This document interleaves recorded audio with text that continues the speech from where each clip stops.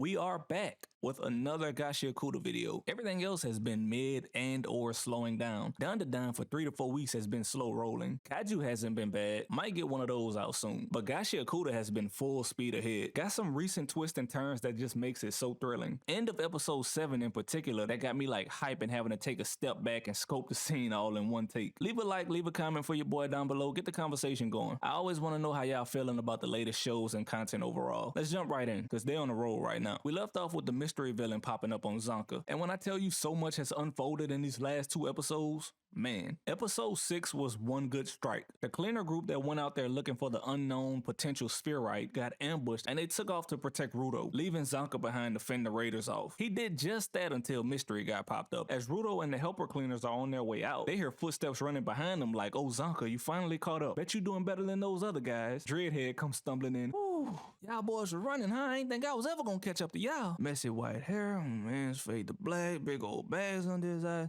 That's him alright. This demon's name is Jabber, and those claws were indeed his vital instrument. He's a cool character. His mannerisms and things like that are laid back and funny. He poisoned Zonka in no time, quick enough to do that and catch them before they made it out of the building. Everyone's here for Rudo, raiders that is, so it's the supporter's job to step in and protect them. Grit steps up like you gotta deal with me. Rudo went on a 15-second talk about how he ain't have to do this and he's gonna get himself killed. Jabber says, I think he already did. They flipped the angle and he already got the claw sunk into Grit's body. Blood dripping. I said, oh, this dude cold. Cool part about how this unfolded, sucks for Grit, but we finally get to see Rudo's true ability. He brings out the ultimate value in objects, I guess. That's his whole thing. Like the beginning of the season, finding objects in the trash and restoring them. Don't throw away good things. I can fix it. Ain't nothing wrong with that stuffed animal. Let me see it type beat. Back to Jabber. Freddy Krueger went straight through Grit's body. The talisman that Grit holds onto then goes in the air and makes its way to Rudo's hand. One flashback talk with Recto later and boom. Wait, y'all ever see those late night commercials with the dude selling Fridays off-brand Viagra or something like that? Go through the steps and boom, loudest shit ever, bro. Like the commercial be regular audio, then when that part hit, it's like plus 36 decibels. Ain't had nothing to do with this video, that just made me think about that. But flashback, then boom, Rudo goes full-on giver, turns the talisman into this big freaky looking all-seeing eye. Gris prayed to it to ensure their safety on missions, so in a nutshell, it's that times 1,000. Good luck trying to lay a finger on Rudo. Generational bodyguard right here. I like it. Is that not unique, man? It wasn't so much on the offense. In fact, Rudo had to do all the punching himself. It just deflected everything intended to hurt Rudo. But Mr. Jabber here is the life of the party. He's a gamer. Not in the sense of video games, but he down for whatever. He gonna crack the code. A crazy battle took place. No matter how fast Jabber was, Bill Cipher was a step ahead. That was a Gravity Falls reference. Get it? Yay, nay, whatever. Jabber can't hit him. That's all y'all need to know. He caught on quick though. It's a big ass eye. What does it do? See. So he started hitting a bunch of things, causing disruption in the visibility. And I have to say, that was pretty smart. Close but no cigar. He didn't get a hit on Rudo at all in episode 6, bringing us to episode 7 because things got shook up harder than your protein shake on leg day. Jabber's claws don't just slice, dice, and kill. He said the right claws have a neurotoxin surprise. The man stabbed himself in the chest and poisoned himself, gave a crazy Joker speech, passed out, then came back as your worst nightmare. This is the start of episode 7, a score to settle. Jabber Wonger is a furious nutcase. I mean, this man all over the place, but the talisman eye doing a hell of a job protecting Rudo. And just when it seemed like Jabber was about to claw Rudo's eyes out, not as blatant as Solo Leveling though. Dun dun dun dun! Zonka's staff come flying out of nowhere. So he rejoins the battle, poison wearing off, but he's still feeling it. Come walking out from the shadows, talking about he been there watching for a little while.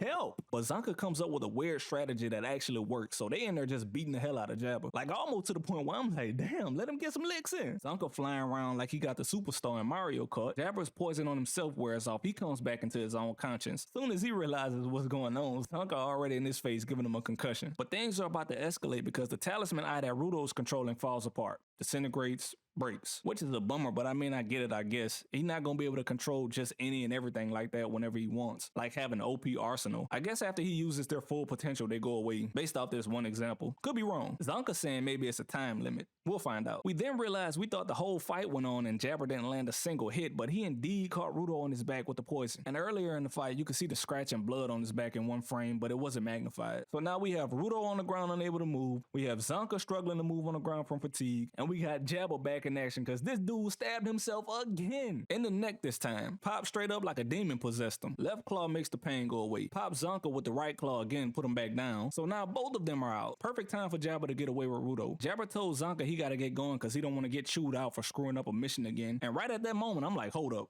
You ain't the big dog? Oh, we getting twisty. He proceeds to extract Rudo out of there, and as soon as he makes it back to the surface, he says, hold up, we were in the building just a second ago. Camera flip over to Rio standing on top of them big ass scissors. Just cut a little bit off the top. Engine with the umbrella to the stomach. The gang's all here, baby. They look so menacing. I was like, damn, are those the good guys or the bad guys? This the type of cinema I like to see. They said Jabber might be a masochist earlier. He kind of fits the bill. The thought of fighting and getting whooped on by that group of cleaners is really sending him to another universe right now. And although we don't see them pop off in episode 7, they look badass. Like they can really put on a show. That encounter's cut short. Jabber was ready to throw down with the whole group because he said he had strict orders. Like he couldn't go back without Rudo. So I'm like, devilish as you are, who got you shook like that? Who's the leader of those Raider guys? But it's cut short because someone else appears. New character, a blue-haired girl, telling Jabba time's up, it's time to go, and that the boss was smiling when she left out. So whoever they keep referring to must be the worst person on earth, bro. I just can't imagine someone being that bad to have these givers in check like that. It's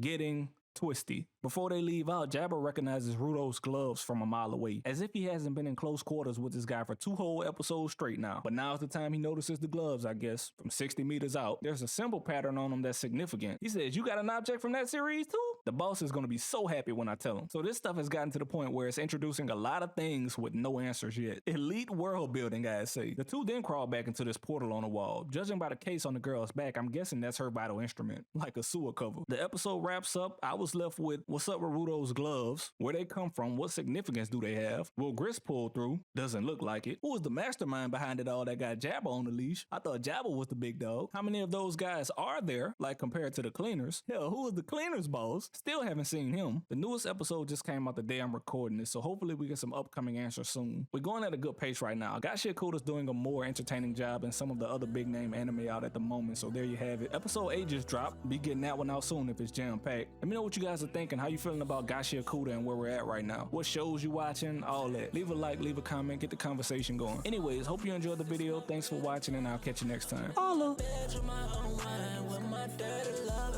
I'm on my love side, you feel